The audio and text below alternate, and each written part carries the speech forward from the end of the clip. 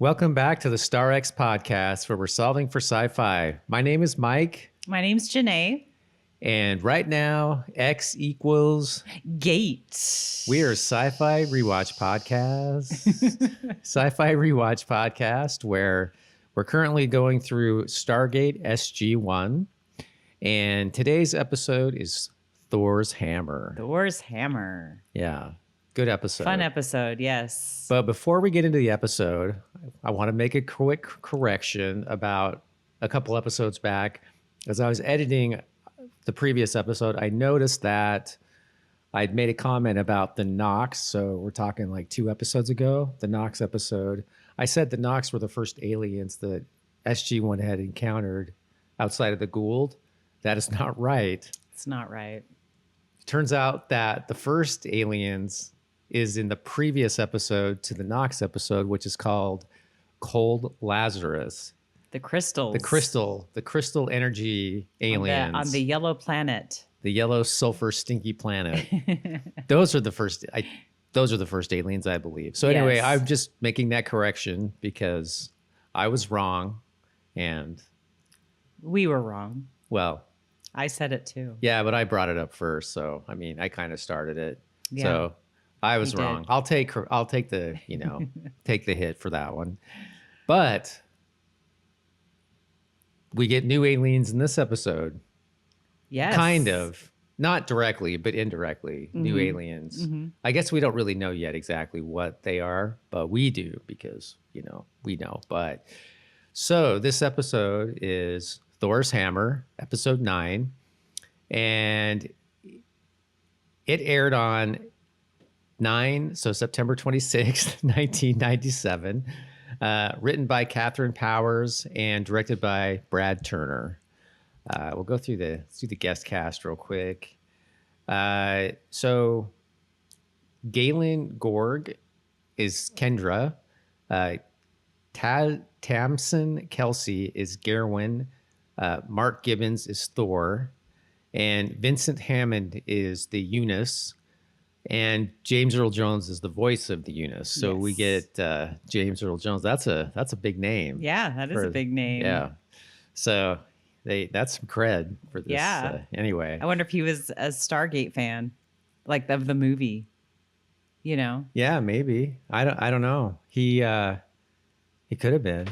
But yeah, he's in it. Yeah. And that's like kind of a big deal. I mean, that's like that's like Darth Vader. It's Darth Vader. Yeah. Yeah. I mean, he is Darth Vader. he is Darth Vader.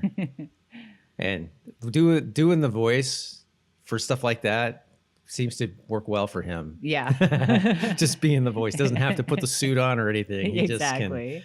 just do his thing. So anyway, so what were your thoughts on this episode? First impressions, first thoughts. Well, I've always liked this episode. It was I mean, the first time we saw it, we thought it was a fun episode. Yeah.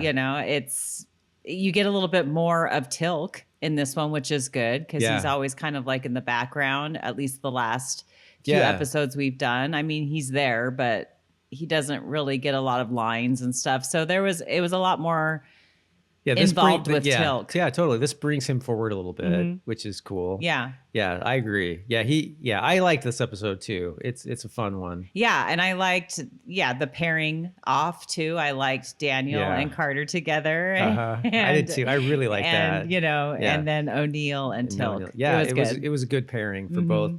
In both. Well, we'll get into the specifics of those things, but yeah, I agree. I thought it was fun. Yeah, it was a fun really episode. fun one. Mm-hmm. Yeah, and then deepening the lore a little bit with some of this stuff. Yes. So we'll talk about more of the. We'll talk about more about the Goa'uld stuff down the road, or later in the episode, because specifically. Well, we'll get into it. But okay. I mean, there is some new stuff that they introduced about the Goa'uld. Yeah, there is. Mm-hmm. But also. But that they kind of don't really bring up again. Yeah, that was going to be what I was going to say. It's almost like it's bottled into this episode, and I don't know if it really ever gets addressed.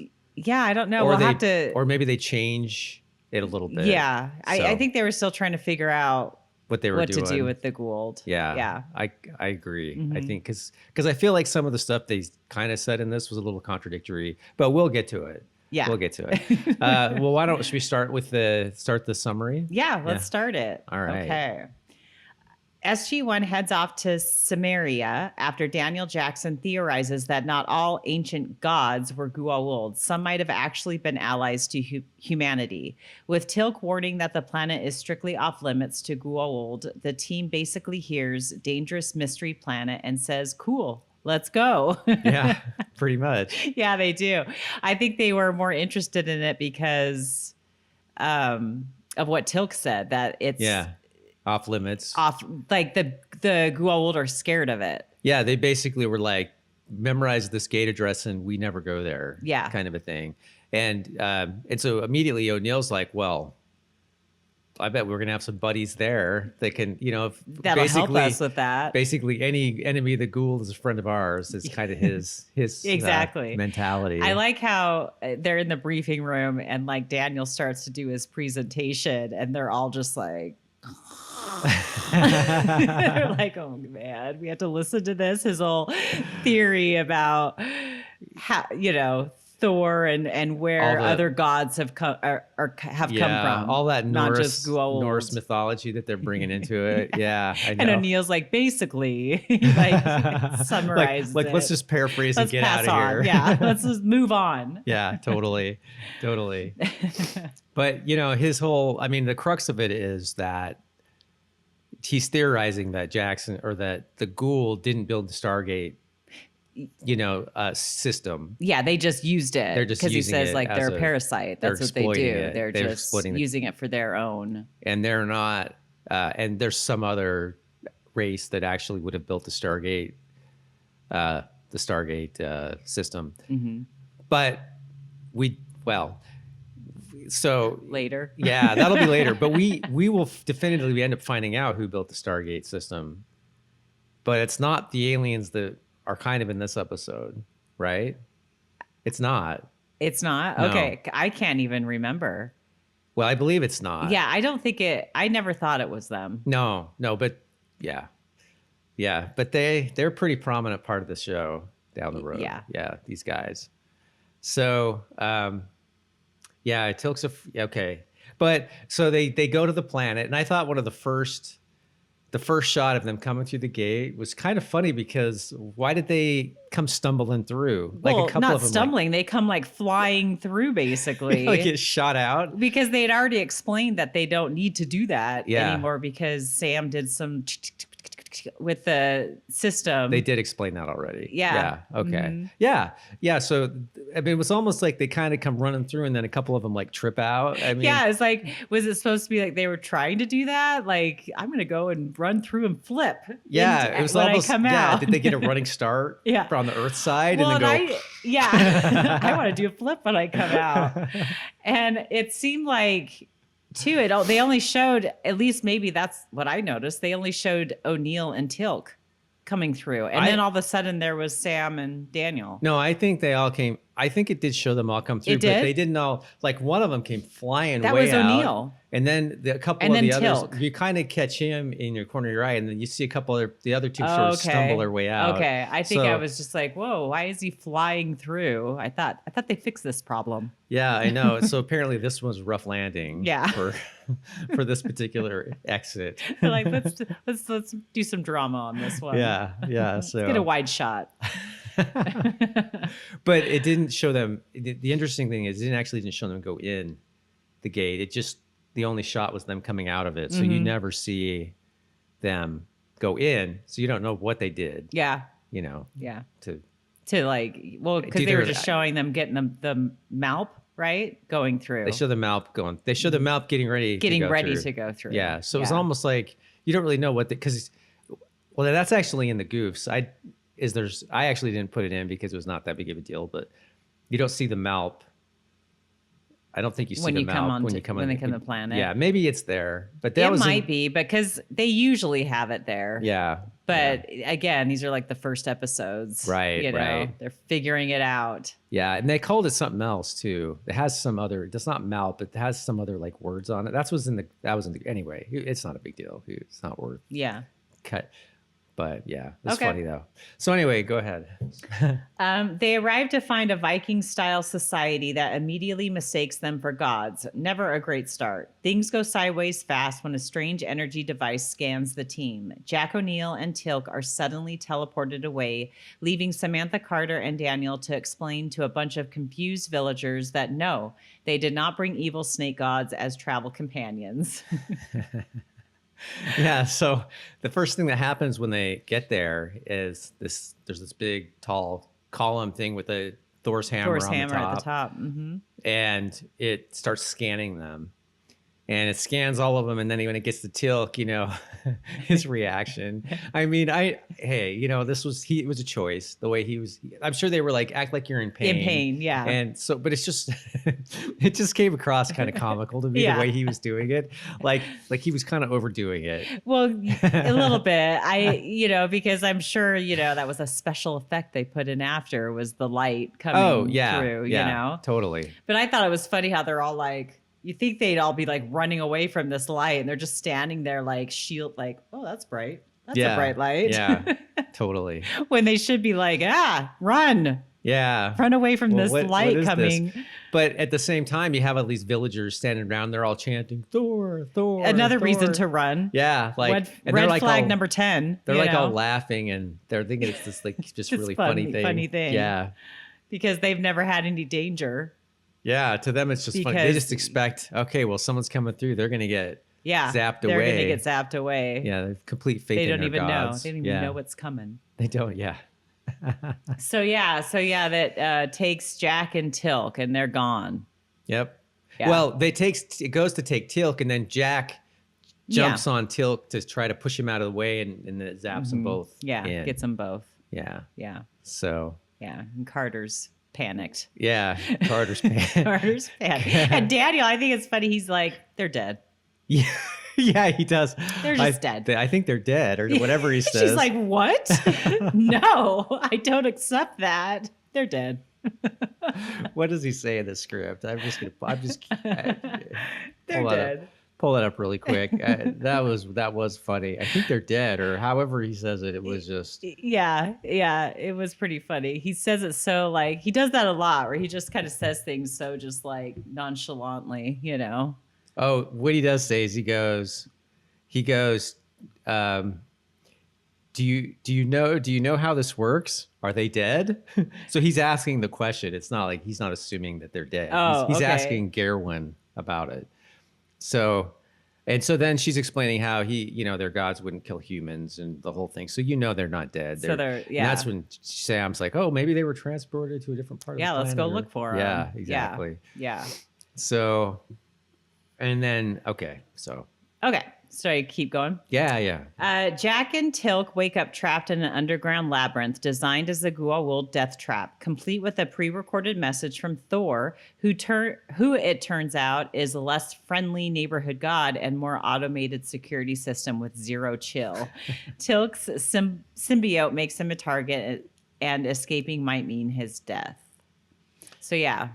Yeah. So the Thor hologram was kind of cool. I mean, and you don't, they trick you. You think it's some real guy, and they think they're talking to somebody real. At first. Yeah. And then it's just some pre-recorded thing. Right. O'Neill's like, all right. And immediately, it's funny how he's immediately ready to just be like, well, let's move on. Like this, like Teal'c is like, well, maybe we should actually listen to this message. This might be some important. This is my life on the line, not yours. Jack is already just like, answering machine. Let's get out of here. Yeah. And he's like, no, I think we should listen to this. There's something important here. This could be important. Yeah. My life. So and then but the Thor hologram, it's funny how he's not talking like how you would think like Thor would talk. I mean, and I know we all have like Viking kind of. He's like talking in this like bureaucratic, talking about, this like is from planet numbers and things like agreement 65798 with the system lords that we warned you not to bring to come here and all that stuff. So it's very like, that something more is going on behind the scenes. Exactly. Of who created this. Yeah. It doesn't. So anyway, it doesn't sound too Viking. Yeah. Ish. So basically, it's saying he can't escape with the symbiote inside of him. Yeah, if you it'll kill leave, the symbiote you're dead, basically. Yeah. Mm-hmm. Yeah. Yeah. So now they're off to find a way out. Find a way out without Teal'c dying. Yes. Kind of a thing. Yeah. Okay. Yeah. So. Meanwhile, Carter and Daniel meet Kendra, a former Goa'uld host who survived Thor's hammer, a device capable of purging the parasite. Big win, except for the part where it would also kill Teal'c. So now the mission becomes a race to find their friends while debating whether the galaxy's best cure is also the worst possible solution.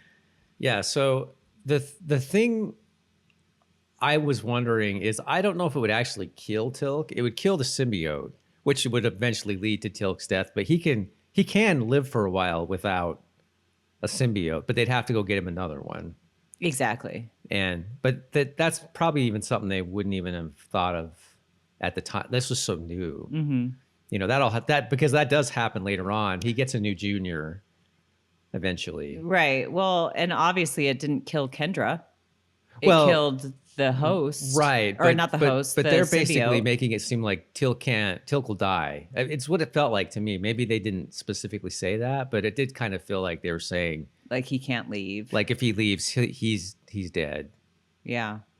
But I mean, theoretically, which is weird because the whole Kendra leaves without. Well, because he's a Jaffa. I think it might be more the fact different. that he's a Jaffa. She was just a host. She was just a host. Yeah. Okay. So I don't know how. Anyway, but yeah. So the whole trick is to get Teal'c out of the whole thing intact without the loss of any. Without dying. Without the loss of anything, yeah. Yeah. Without dying, I guess. Or the loss of Junior. So they come up to Kendra and Sam, Daniel, and Gerwin.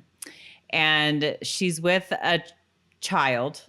Yeah, she's just healing some. Well, you don't know what she's doing. Right, and she pulls out the Goa'uld device, the hand device, thing. And, yeah. Immediately Daniel's like, no, that's going to kill him, And she heals him. He has like a broken wrist or something, and she heals him.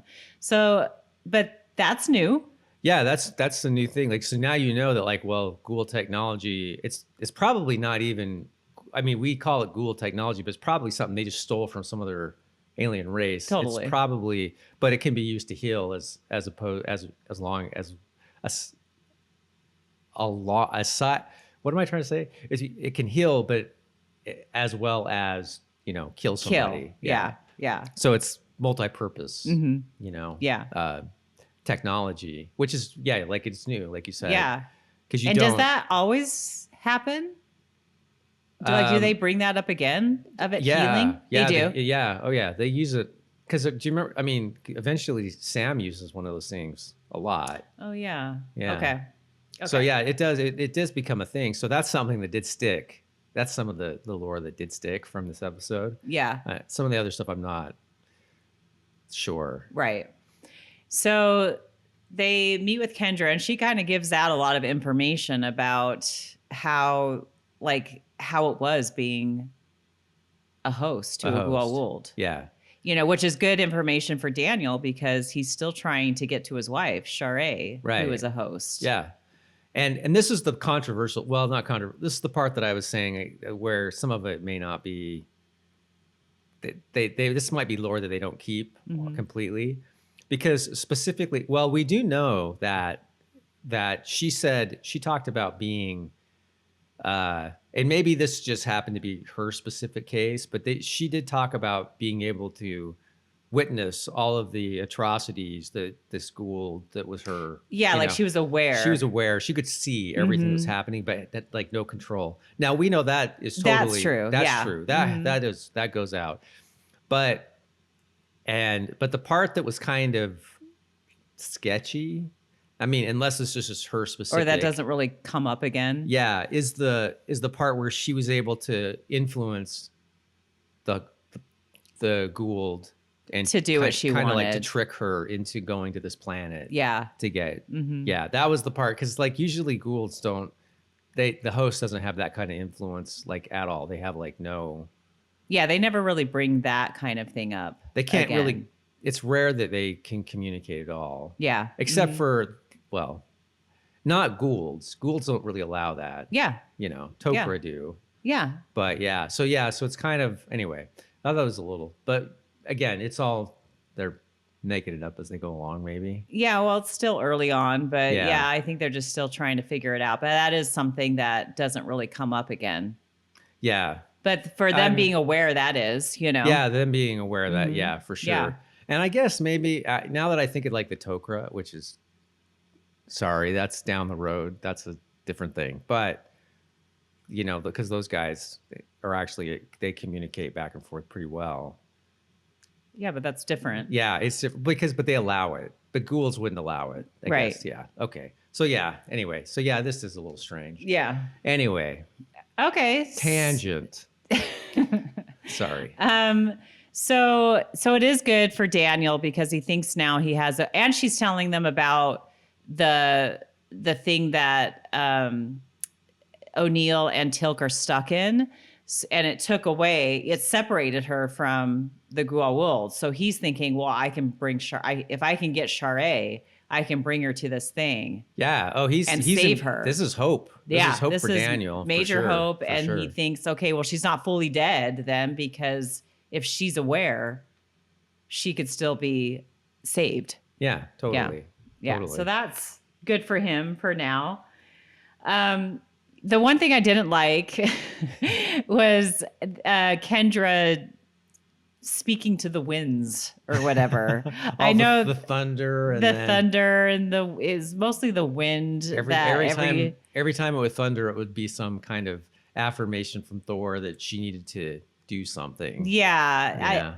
I mean, I get what they were trying to do, and it's all like this, you know, what's the word?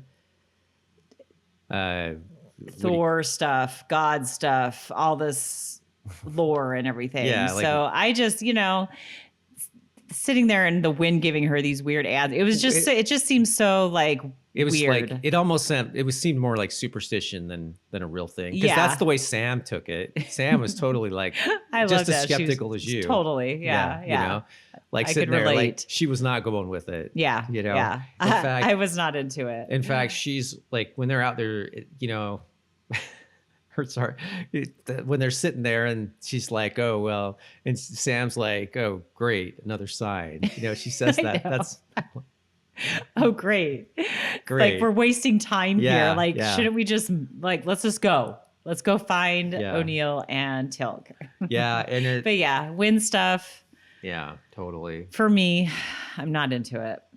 Yeah. So the only thing that makes me wonder if it was an actual thing is it's very possible there was an Asgard ship up in orbit causing that. Yeah, and you said that while we were watching it, and that I like that idea. That could have been the case. You know, like if they're up there, like they have an Asgard ship up there keeping tabs on everything. Like Thor could be Thor could have been hanging out up there. Well, you know? And they could get a notice like when something gets scanned into their little Thor hammer, you know, hammer trap. Yeah. Thingy. So, and then they show up and yeah. I mean, I'm sure they have some kind of Wi-Fi hooked up. So it could have been. You know? I mean, that was my only like possibility. Because I'm like, if there's any legitimacy to it, it's probably something like that, because we know that. Well, if you're watching along with us and you've never seen anything, I don't want to spoil too much, but these guys are actually really well, they come up later on, so we just won't say. There's another alien race, so we'll just leave it at that. I feel like we don't want to go too far off into future episodes, but we already know that obviously there's some alien race. It's obvious in this that there's something, but we don't really know what it is at all. Especially if you're watching it for the first time. Okay, so Kendra's taking them now because she thinks she remembers the way, because she came out of the mountain. Right.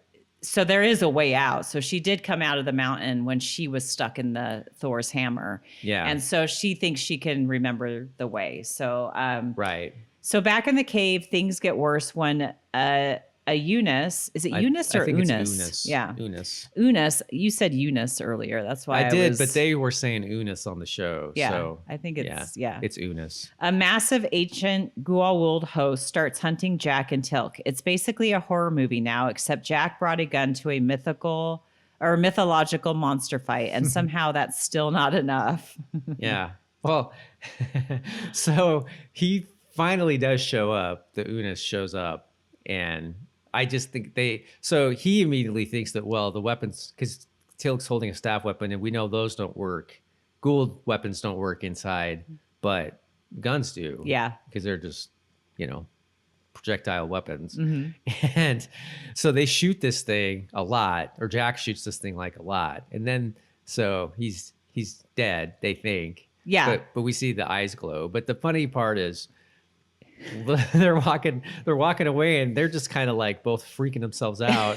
I think is it dead? You sure it's dead? And I'm pretty sure, and pretty sure, that kind of thing. They're like trying to convince themselves. Yeah. Like, should we go back and shoot it in the head, like every horror movie? Yeah, maybe we need to, or cut the head off. Yeah. Maybe that might be something we should do. He says, drive a stake through his chest. That's I'd be like, where's the axe? Yeah. I'm gonna chop that head off. I've seen enough slashers. That was some good comedy, though. Yeah. For and even letting Teal'c kind of get into the comedy. Yeah, well, because this Unis is huge. Yeah, he's massive. Yeah, I'd be stuck in this little cave. I'd be freaked out of that thing coming after me. Yeah, seriously. Is it dead? Mm-hmm. Yeah, I think so. Yeah, it has to be. Are you sure? Like they're like checking for a pulse. Like, how would they know where a pulse is on? But then Teal'c is like, but they have we were told like they told us these stories that they have like these regenerative properties, Yeah. But that was just all myths. Oh, that was myth. That was a myth. Okay, myth. Yeah, myth. Like, okay. like making themselves feel better. Convincing themselves. Yeah. Oh, it's so funny.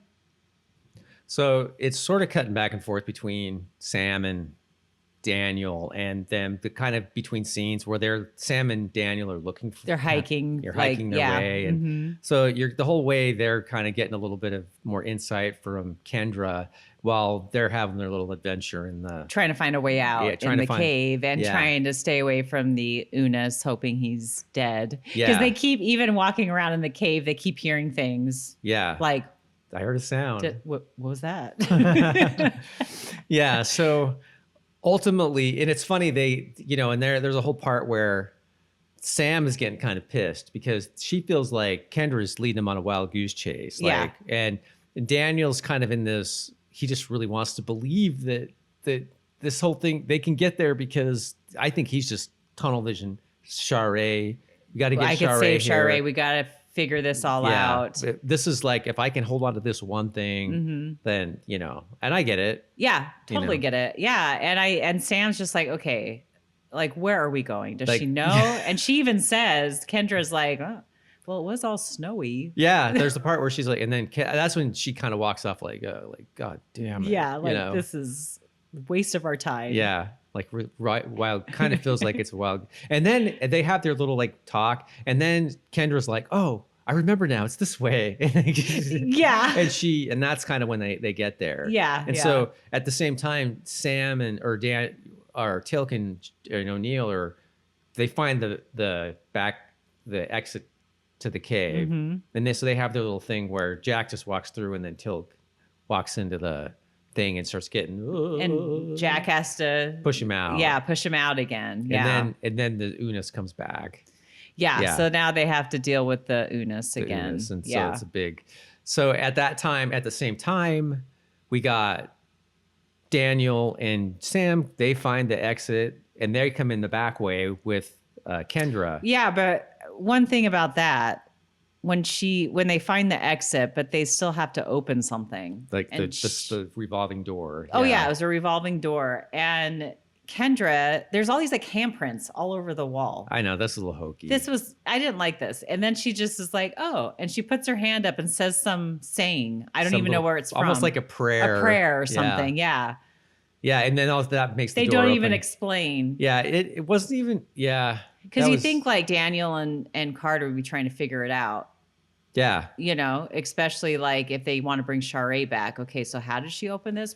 How did she figure this out? I mean, What, you know? Sam would be just like, here, let me just get this pack of C4. She would. She's a military, Yeah. person. Like, Yeah. like obviously, like we got to get in there somehow. It wouldn't even be. Well, and Daniel's usually like trying to figure it out. Like, Yeah. oh, all these like carvings and, you know, handprints. What are these handprints? Right. Yeah, that's all over kind of the a missed wall? opportunity. Yeah. They could have made it more of a puzzle. A little more of a puzzle, which instead of, would have been like, cool. instead of while kind of they're dealing with yeah. the Unis inside. Yeah, because it kind of made it seem a little hokey. Yes. The way they did it, where she just kind of was like, "Oh, our Father who art," whatever she's saying, Yeah. And then, voila.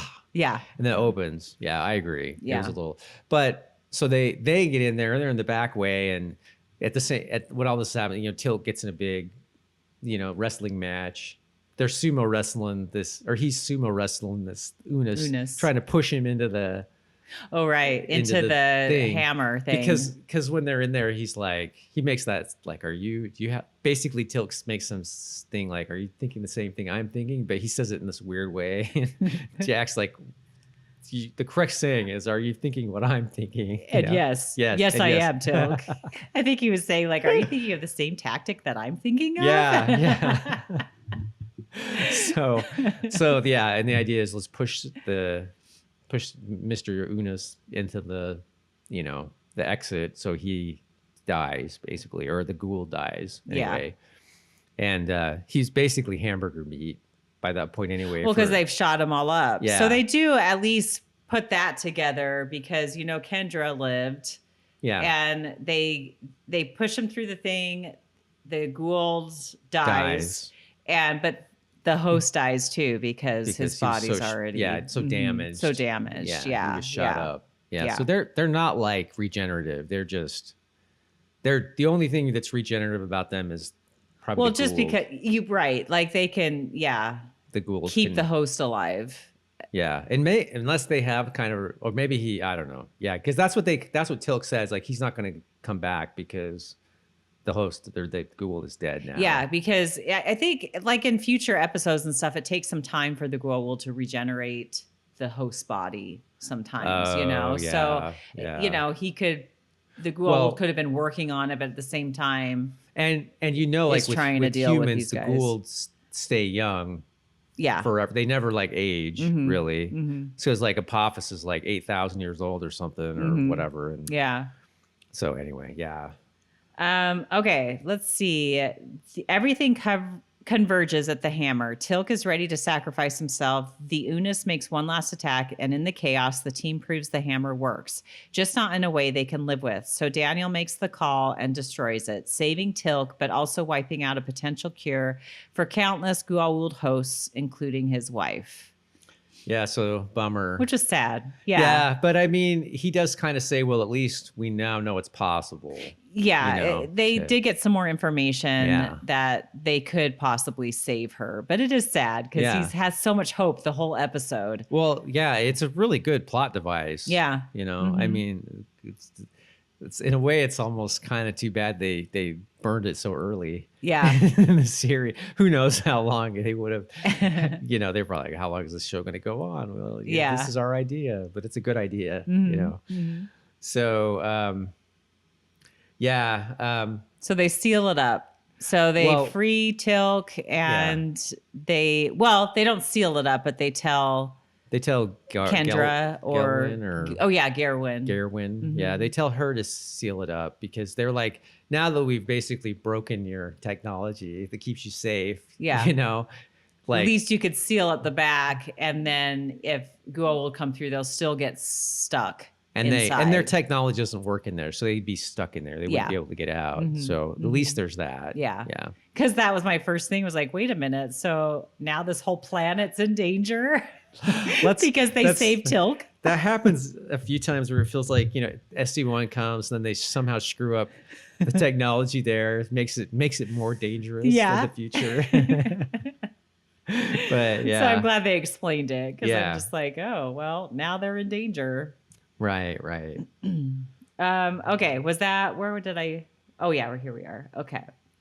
The team heads home with a bittersweet win. Teal'c lives. The mystery of the good gods gets a little clearer, and SG-1 learns that sometimes the hardest choice isn't fighting the enemy, it's deciding who you're willing to lose.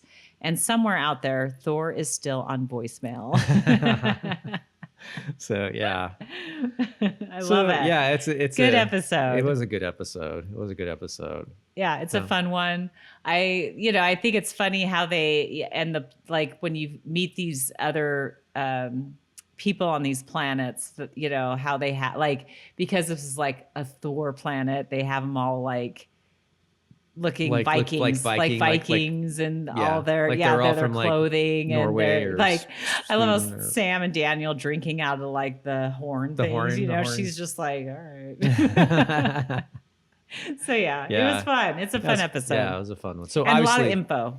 Yeah, so obviously we know these are Scandinavian people who they get pulled from Earth. So from Midgard. Yeah, and we know so much more about Norse, Norse, cool.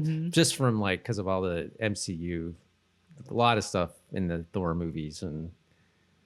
It's a lot of the same terminology. What I was going to say I learned a lot of it from Assassin's Creed. Oh, well, there's that too. Yeah. Well, yeah. It's kind of a popular theme, Yeah, it is. Yeah. Ragnarok and all that. Yeah. So, all right. Well, should we do some trivia? Yeah, goofs? Trivia goofs. All right. You want to do the first one? Yeah. Yeah. So, James Earl Jones, who provides the voice of the Unas, was best known as the voice of Darth Vader in Star Wars.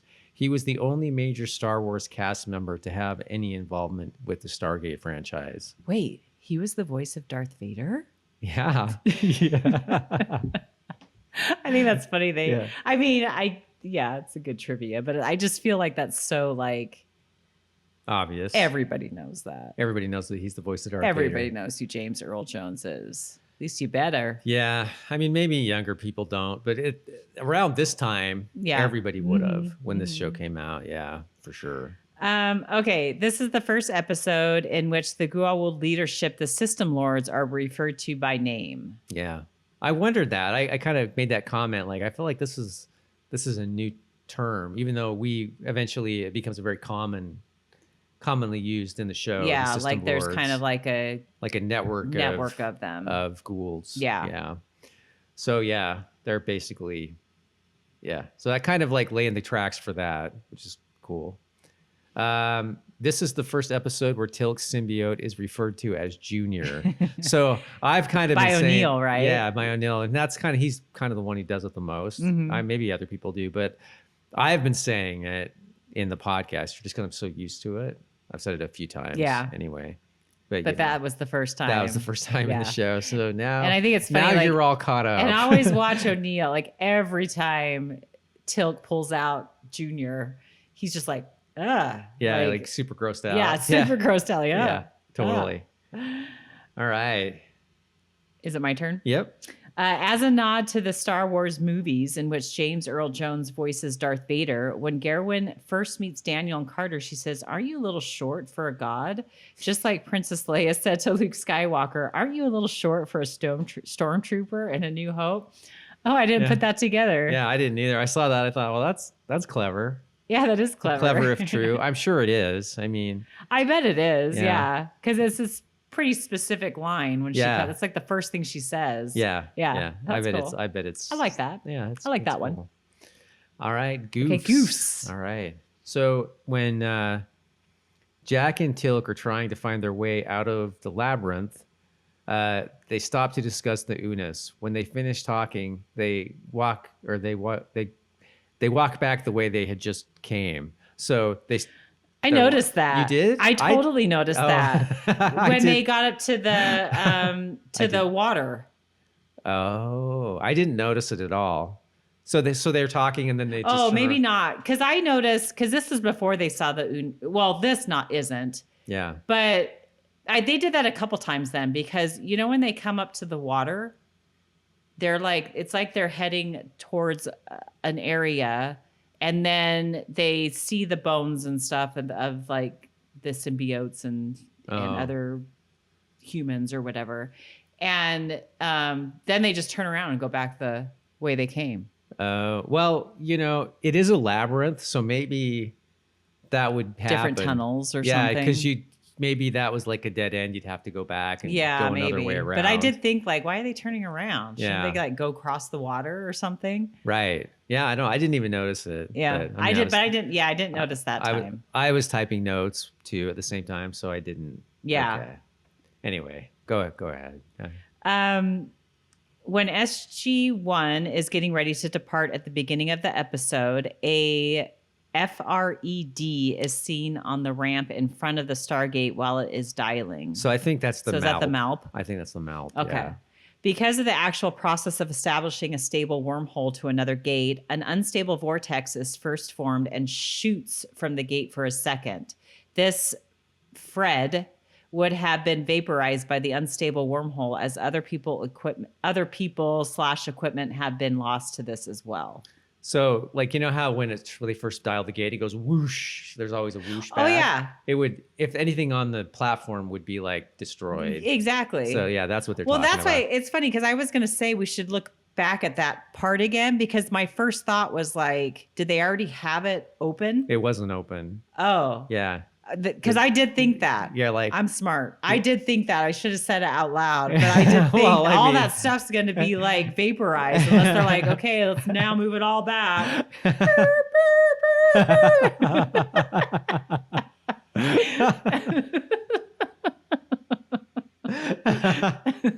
Yeah. Well, you're right. You're right. See, like you were right there. You could have written this. I knew it. You could have written this goof yourself. Yeah, that was yeah, I did write that. You're like that. Except I would have said Malp. Malp, yeah. I don't know. I've never heard the FRED. I haven't either. Anyway. Right. The first time the Unis is shot and collapses, you see the actor still moving and breathing. However, it quickly becomes clear that the Unis is not dead, and his Goa'uld symbiote is healing him. So he was dead, but only mostly dead. I mean, of course, the light in the eyes. Yeah, totally. All right. Last one. At the end, when SG-1 leaves the planet, surely the transporter identifier beam would pick up on Teal'c again. However, it makes sense for it to be only activated by an incoming wormhole, as this would deal with all arriving Goa'uld and make additional scanning necessary. Unnecessary. Oh, unnecessary. So basically, you could come through the hole, hurry and run around the back of the Thor's hammer, and then come back around. Well, what they're saying in this is like because Teal'c is back there by the Stargate, he should have gotten scanned again and zapped back into the thing. But then they're making the point that like maybe it only gets activated when someone comes through the gate, like on an incoming wormhole, and not like we've already scanned this person. But there was quite a bit of a delay when they came through. Like he could have easily run off super quick and missed the scan. Yeah. Well, they're like this. Just watching each one get scanned. He was the last one to get scanned. Yeah. Yeah, he could have run off. Well, and also he could have run around the back. He knew about this planet. He knew that Goa'uld were afraid to come to this planet. Right. So you think he would have? Yeah. Anyways, it's funny. It's funny how they just stood there. So he. I get it. I think though. I think the logic is sound on this one. I don't think it's technically a goof because I think it would be when a gate, an incoming wormhole would obviously there'd be a way to program it to activate that like thing. a radar or something. Yeah. Like I mean, there's some kind of whatever. But okay. So, all right. So indeed count. 0. I know. I keep waiting for it because it comes and it comes a lot. For crying out loud count. Yeah. I was waiting for a crying out loud and for indeed. Yeah. So there's one crying out loud. There is. Where was it? Because I missed it. It's really subtle. He says it really subtly. Okay. Because I was like, I didn't think there was one, but I went through and I looked at the script and I was like, oh, there's one. And then I actually went back to the show and like watched. I'm like, well, let's just make sure that it's actually in there and this isn't like wrong. Yeah. And it is in there. Oh. So it's the part where, in fact, I'll pull it up on the script and show you. Okay. But it is, he kind of says it really quietly. It's not the normal for crying out loud. Yeah. Because I was watching for it. or listening for it. He's or... there. It was right after the Unis dies the first time, and he's saying Jack shot him a bunch of times, and he's like laying there against the wall, and Teal'c comes up to him and says, "The first one is dead," and then O'Neill's like, "Yeah, well, that's fine by me. Come on." And then they get up and they're walking away, and then the eyes start glowing, and then it cuts to them and they're talking, and Teal'c says, Teal'c, they're kind of like, Teal'c is kind of acting a little jumpy or whatever, and he goes, "Teal'c, you can relax. That thing's dead, for crying out loud." Oh, really? Yeah. And he says it kind of subtly. It's not like, "For crying out loud." It wasn't the normal. It was like, so this is like kind of when they're convincing themselves. Yeah. That the Unis is dead. Says, "I believe I heard a sound." It's right around that time. That's funny. I didn't even notice that. So it's totally like, for crying out loud. Not surprised, because usually that's not how he says it. It's usually like, yeah, "For crying out loud." So yeah, so there's that's where it's at. So okay, cool, okay, cool. There's been 10 and a half of those so far. Yeah. Oh yeah. So one in this episode, 10.5 series total. Crazy. Okay. Yeah. Now I'm really interested to see if indeed overpowers that, or if the crying out loud stay in the lead, you know? Yeah. Well, I mean, right now we're averaging a little more than one an episode, because we're on episode 9 and there's been 10.5. So a little more than one. Okay. Okay. So, and we did say indeed count was 0. Yes.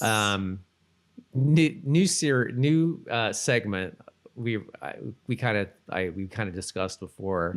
So not so special effects. We talked in the Nox episode about the flying city and how it this showed like you could see like a line. We were talking about it might be a miniature and all that. So we thought, well, I was thinking, and you agreed, that it might be fun to kind of like look for special effects in this that are kind of bad, but here's the thing, not in a way to totally make fun of it, because obviously everything or bad, but everything's dated at this point, because now with what you can do with like CGI and all that, it's amazing. But and then too, and like I felt like then, and maybe it's still like that, but like TV shows and stuff like that didn't get a lot of budget. No, and that's the thing. Effects. That's where it's kind of fun to kind of poke fun at some of the stuff that they kind of tried to do on the cheap. That's kind of more what I'm talking about. Now going through this episode, I kind of feel like I didn't really notice anything that was really bad. Everything was I felt like pretty good for like this episode. So I couldn't really see anything that I mockable. Just the only thing, maybe it's not mockable, but it looked pretty fake, was when they're hiking, Daniel, Sam, and Kendra. Oh, on the river thing. And that and shot it's like going back. Yeah, you can see all behind them, and it looks like a matte painting almost. And then in the background. Yeah. And then the things they're climbing on look a little fake, like almost like they were like in front of something. I was wondering, did they have green screen back then? They did. They did, but the way that they shot that, it almost looked like they were actually in some kind of weird river. I don't know how they would have done that though, because with setting up the cameras and everything. I don't think it was. It was probably all on a sound stage. I bet it was. Especially for that shot, anyways. But maybe some of it was outside. I don't really know. I think some of it was. Yeah. Yeah. But yeah, but I think that probably was a little. But I mean, I think they were trying to make it look a little more grand. Where they're hiking and stuff, that's pretty normal to do stuff like that. But that was the only one that I was like, oh, that looks a little fake. Yeah, I got that. Yeah. But I didn't really, there wasn't anything particularly, like, there are a couple things that are going to be coming up that I'm not going to spoil, but I can actually remember from episodes where I'm like, man, yikes. Well, in the Nox one, I didn't think that I thought it was like some sort, just kind of bad special effect, but it was an actual hanging model, like miniature Star Wars shit, And I've been meaning to queue up that Outer Limits episode just to look at it to see if we can see it. Oh yeah, yeah, we'll do that. Okay, we'll have to report back on that when we do. Yeah. Okay. Well, anyway, I didn't really see anything that was horrific on this one. No, it was good. But what you mentioned was pretty good. That's a good one. Mm-hmm. So Chevron rating. Oh, what do you think? It's a good episode. I'm going to give it a 7. You know, I was kind of in the 7 range okay. too. I'll say 7 as well. Because it's better than a 6, I think. If you know, but it wasn't as good as like the last episode we watched was the Nox, right? No, it was Cold Lazarus. No, it was the one where Jack gets old. Oh yeah, Brief Candle. Yeah, Brief Candle. Yeah. Okay. Mm-hmm. God, man. See, the problem is, and I rated that one a little higher. I think I gave that one a 9. Probably an 8. I don't think we'd give it any of them a 9 yet. Okay, 9 would be like perfect 9. Perfect. Oh, that's right. Yeah. So I gave it an 8. Yeah, I keep thinking 10. Yeah. But I think because I thought that one, I don't know. I just really liked that one. This probably wasn't quite as good as that. This one was cool though. Yeah. Yeah. So this one was good with all the information and then them trying to get out of the Thor's hammer. And it was good. Yeah. 7's a good score. I think 7's good. Yeah. Tell us your ratings. Yeah. What's that? I said, tell us your ratings. Yeah. Yeah. So, So I guess that kind of wraps it up. Like, subscribe, interact with us. We would love it. You know, I just want to say for people who we do have a couple of subscribers, and thank you. It's very exciting. Yeah, we appreciate it, honestly. We hope you're enjoying it. Yeah, we hope we're not like, because I mean, it's funny to us. Because we enjoy it. Yeah, we enjoy it. I hope that comes through. Yeah, we do. Yeah. We really do. So I just want to say shout out to the people who actually have watched or are watching. Thank you. We really, really do appreciate it. Because, it's nice to have somebody actually watch it. And if they are entertained, that's kind of, if you're fans already of the show or newly watching it, that's both exciting. So thank you. Yeah, thank you. Seriously. But I think that's it for this episode. The next episode is called The Torment of Tantalus. The Torment of Tantalus. Which one? Oh yeah, that's a good one. Yeah, I mean, I know the title isn't that familiar to me because I was like, oh, okay. But when I saw the thumbnail, the thumbnail picture, I was like, oh yeah, that's another good episode. Yeah. And that's why I'm kind of like, man, they're really throwing out a lot of good ones. I don't remember all these good ones, like right in the first. I know part of the first season. Right. I was kind of like, man. Sometimes I see this and I'm like, man, I feel like this would have been like way later on. Mm-hmm. But yeah, I mean, we're only like 9 in. But they got to get out these good ones right away so that we'll watch them. Yeah. Yeah, that's true. That's true. But hey, thank you for watching again. We really appreciate it. And, again, join us next time for The Torment of Tantalus. Yes. And until next time, keep solving for X. Thanks.